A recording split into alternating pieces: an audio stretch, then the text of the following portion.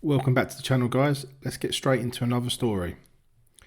Nigel Farage is in the headlines again, but this time it's not for shaking up the establishment or drawing huge crowds. Reports say he's been reported to the police over alleged election expense violations during the Clacton by-election. Now, the man who built a movement promising transparency, accountability and a fight against political elites is facing questions about whether himself followed the rules. Let's be honest, if this is true, it's bad. But let's also call it what it probably is, the political elite trying to trip up a serious challenger. Farage has long been a thorn in the side of Westminster, and every time he gets traction, the system seems to find a way to slow him down. A police report about expenses, perfect timing to muddy the waters, distract voters and protect the status quo. Here's the thing, Farage's rise comes from the public's frustration with both Labour and the Conservatives. People are fed up with politicians who promise change but deliver bureaucracy, debt and broken policies. Farage tapped into that anger, offering a voice to voters who feel ignored. Now suddenly we're talking about paperwork and rules, as if the elites can't tolerate someone actually shaking up the system without nitpicking every detail. Of course rules exist for a reason, I get that. Election spending should be transparent, but let's not pretend the same scrutiny is applied equally to every politician in Westminster. Farage is a high profile, loud and media friendly, so he gets targeted.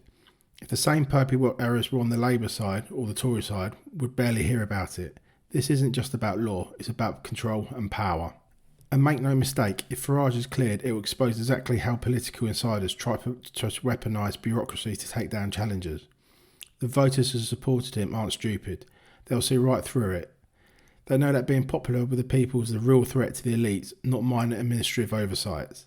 Reform's UK surge isn't about flashy media moments, it's about a growing public appetite for politicians who actually put Britain first.